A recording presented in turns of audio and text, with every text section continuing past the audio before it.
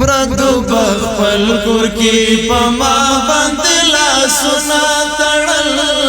پردو بخپل کور کی پما باندلا سنا تړل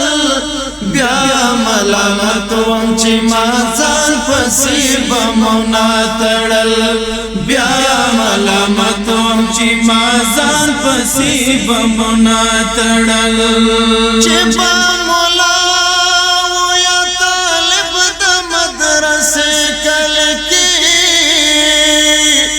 چیبا مولا یا طالب دا مدرسے کل کی چیبا مولا یا طالب دا مدرسے کل کی غزمری بدوی ضرور پزنزیرونو تڑل غزمری بدوی ضرور پزنزیرونو تڑل بیا ملامت وم چې ما ځان پسې بمونا تړل بیا ملامت وم چې ما ځان پسې بمونا تړل پردو بخپل کور کې پما باندې لاسونه تړل پردو بخپل کور کې پما باندې لاسونه تړل بیا ملامت وم چې ما ځان پسې بمونا تړل بیا ملامت وم چې ما ځان پسې بمونا تړل دوی کلیسا ورته خدمت کوو کار کوو دوی کلیسا ورته خدمت کوو او کار کوو دوی کلیسا ورته خدمت کوو او کار کوو دوی مسجدونه ړنګول دی مسجدونه تړل دوی مسجدونه ړنګول دوی مسجدونه تړل بیا ملامت وم چې ما ځان پسې بمونا تړل بیا ملامت وم چې ما ځان پسې بمونا تړل چر خوړل سړګي دا غم زپال سړګي نورانو ما سورا واجر سورا تل سړګي نورانو ما سورا واجر سورا تل سړګي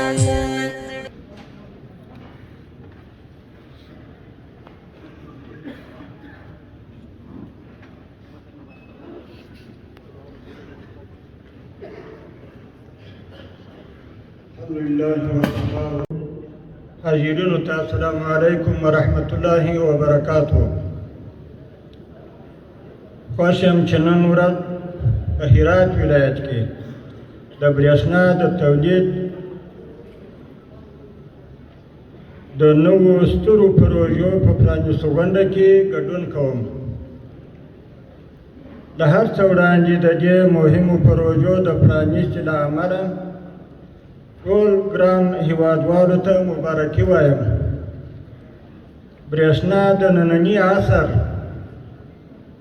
د هر اړخیز پرمختګ لویه اړتیا ده دې اړتیا ته د اسلامي امارات له ستراتیژیک لوري کتلی او ځکه خو په کم وخت کې د ډېرو پروژو د پرانیست شاهدان یو قدرمنو حاضرینو په دې پروژو کې د شاوخوا 3 میلیارده افغانیو په ارزښت د هرات ولایت د 8 میگا ولټ امپیر په ظرفیت د پل هاشمي بریښنا کوټ جوړول او د 126 میگا ولټ امپیر په ظرفیت د 24 بی پراختیایي او نور الجهات بریښنا کوټ څخه تر پل هاشمي او له پل هاشمي بریښنا کوټ څخه تر 24 فوټ بریښنا کوټ پورې د 88 کیلومترو په اوږدوالي د 260 کیلو ولټ لاین غځول پروژې شاملې دي د یادو پروژو چارې به د 2 کلونو په شاوخوا کې پای ته ورسیږي چې د تمویل مسؤلیت یې د افغانستان برېښنا شرکت پر غاړه دی.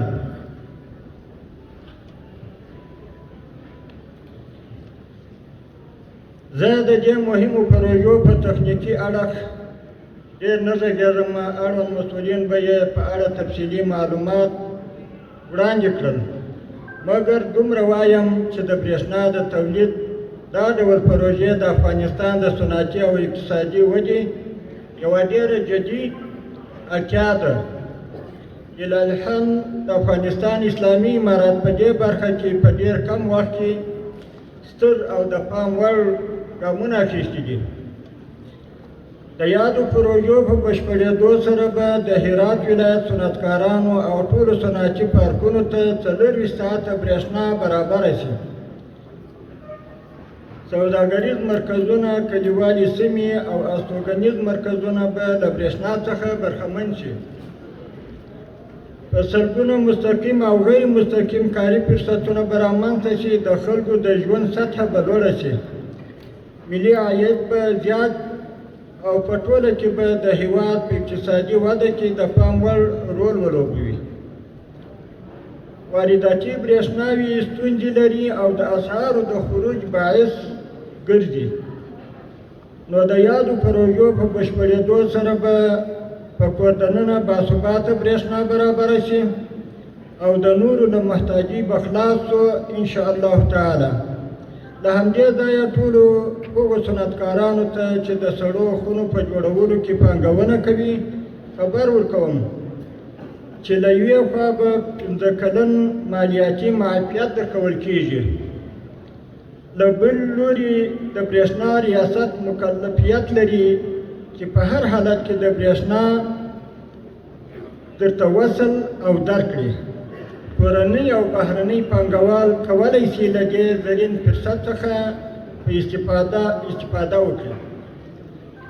قدرمنو حاضرینو، دا چې افغانستان له پخوا راهیسې په وارداتي برېښنا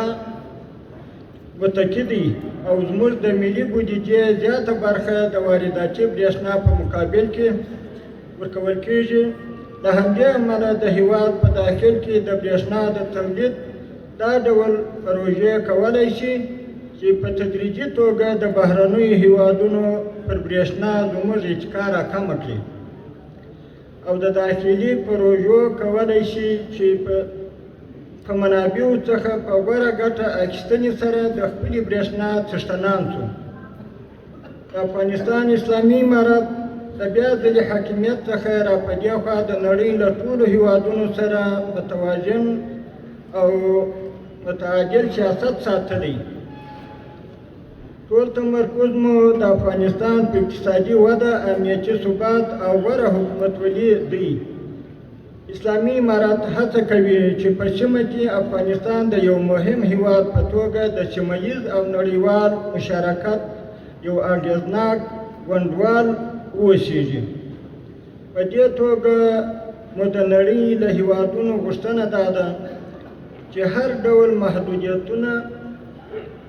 سیاستونه په تعامل سیاستونه بدل کړي او د افغانستان ننني امنیتي ثبات ته د یو مهم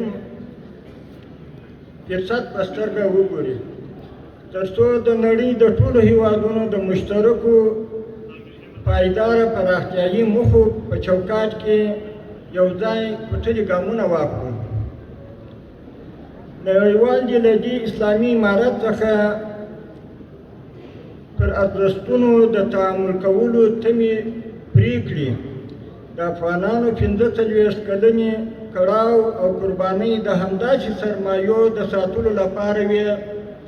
د افغانانو مزاج او خواص دې درک کړي او د هغه مطابق تعامل ته مخه کړي. ځای لري چې د افغانستان برېښنا شرکت له محترمو مسؤلینو څخه مننه وکړم چې د یادو پروژو په برخه کې یې د پام وړ ګامونه اخیستي او د پروژو تخنیکي اړخونه یې نهایي کړي دي. په پای کې د پروژو د قراردادي شرکتونه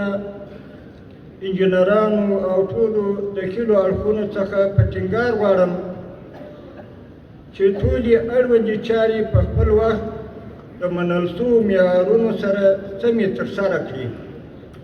والسلام علیکم ورحمة الله وبرکاته.